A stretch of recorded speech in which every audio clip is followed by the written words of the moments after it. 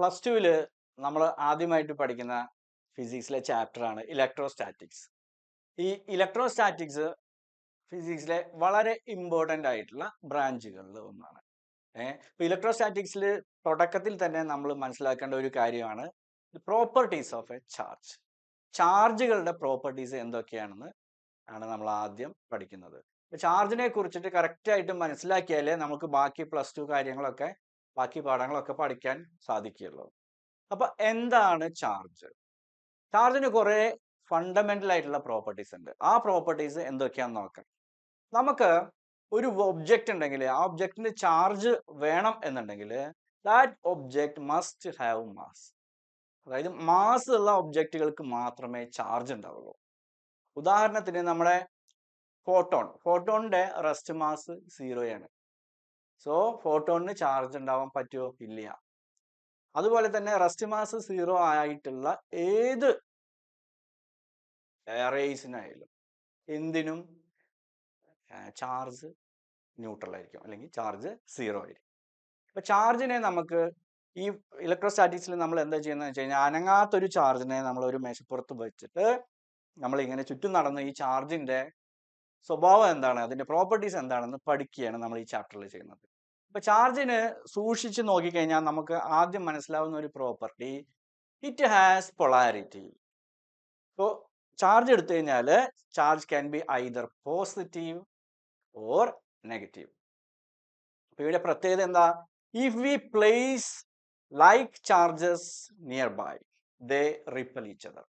അതായത് ഒരേ സ്വഭാവമുള്ള രണ്ട് ചാർജുകളെ അടുത്ത് വെച്ചാൽ അവ തമ്മിൽ വികർഷണം ഉണ്ടാവും. And unlike charges attract each other. വിപരീത ദിശയിലുള്ള ചാർജ്, അതായത് ഒരു പോസിറ്റീവ് ചാർജും ഒരു നെഗറ്റീവ് ചാർജും അടുത്ത് വെക്കുകയാണെങ്കിൽ അവ തമ്മിൽ ആകർഷണം സംഭവിക്കും. അപ്പോ ഇവ തമ്മിൽ ഒരു ഫോഴ്സ് ഓഫ് അട്രാക്ഷൻ അല്ലെങ്കിൽ ഒരു ഫോഴ്സ് ഓഫ് റിപ്പൾഷൻ ഉണ്ട്, അല്ലേ? അതാണ് ചാർജിന്റെ പ്രോപ്പർട്ടികളിൽ ഒന്ന്. ചാർജിന്റെ ഏറ്റവും വേറൊരു പ്രോപ്പർട്ടിയാണ് ക്വാണ്ടൈസേഷൻ ഓഫ് ഇലക്ട്രിക് ചാർജ്. അതായത് ചാർജിന്റെ ഏറ്റവും ചെറിയ പാക്കറ്റിലാക്കി കഴിഞ്ഞാൽ അതിന് താഴേക്ക് നമുക്ക് ചാർജിനെ വിഭജിക്കാൻ പറ്റില്ല. ആ ഏറ്റവും ചെറിയ പാക്കറ്റ്, അതിന്റെ ചാർജിനെയാണ് നമ്മൾ ക്വാണ്ട ഓഫ് ചാർജ് എന്ന് പറയുന്നത്.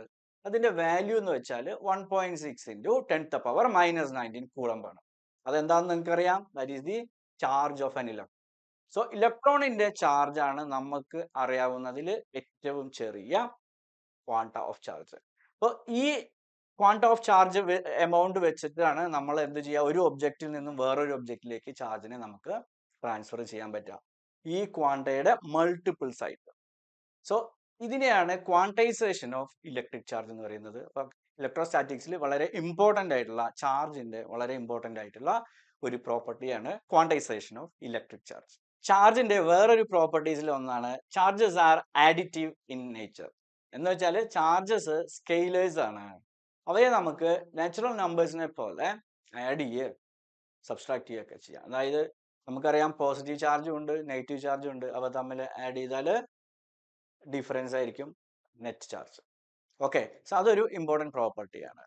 എന്ന് മാത്രമല്ല ചാർജിന്റെ വേറൊരു ഇമ്പോർട്ടൻ്റ് ആയിട്ടുള്ള ഒരു പ്രോപ്പർട്ടിയാണ് ചാർജ് ഈസ് കൺസേർവ്ഡ്. അതായത് നമുക്ക് ചാർജിനെ പുതിയതായിട്ട് ഉണ്ടാക്കാനോ ഉള്ള ചാർജിനെ നശിപ്പിക്കാനോ പറ്റില്ല. നമുക്ക് എത്ര ചാർജാണ് ഉള്ളത് ആ ചാർജ് തന്നെയാണ് ഉണ്ടാവുക. സോ അതിനെയാണ് നമ്മൾ കൺസർവേഷൻ ഓഫ് ഇലക്ട്രിക് ചാർജ് എന്ന് പറയുന്നത്. നമുക്ക് എന്ത് മാത്രമേ ചെയ്യാൻ പറ്റൂ, ഒരു ഒബ്ജക്റ്റിൽ നിന്നും ചാർജിനെ നമുക്ക് വേറൊരു ഒബ്ജക്റ്റിലേക്ക് ട്രാൻസ്ഫർ ചെയ്യാം. ഇത് മാത്രമാണ് അലൗഡ്. അതും എങ്ങനെയാണ് നമുക്ക് ട്രാൻസ്ഫർ ചെയ്യാൻ പറ്റുക? As multiples of quanta of charges. നേരത്തെ ഞാൻ പറഞ്ഞു quanta of charge is charge of an electron. അപ്പൊ ചാർജ് ഓഫ് ആൻ ഇലക്ട്രോണിന്റെ മൾട്ടിപ്പിൾസ് ആയിട്ട് നമുക്ക് ഒരു ഒബ്ജക്റ്റിൽ നിന്നും ചാർജിനെ വേറൊരു ഒബ്ജക്റ്റിലേക്ക് ട്രാൻസ്ഫർ ചെയ്യാം. അപ്പൊ ഇത്രയുമാണ് നമ്മളെ ചാർജസിന്റെ പ്രോപ്പർട്ടീസ്. ഒന്നും കൂടി പറയാം. എന്താണ്?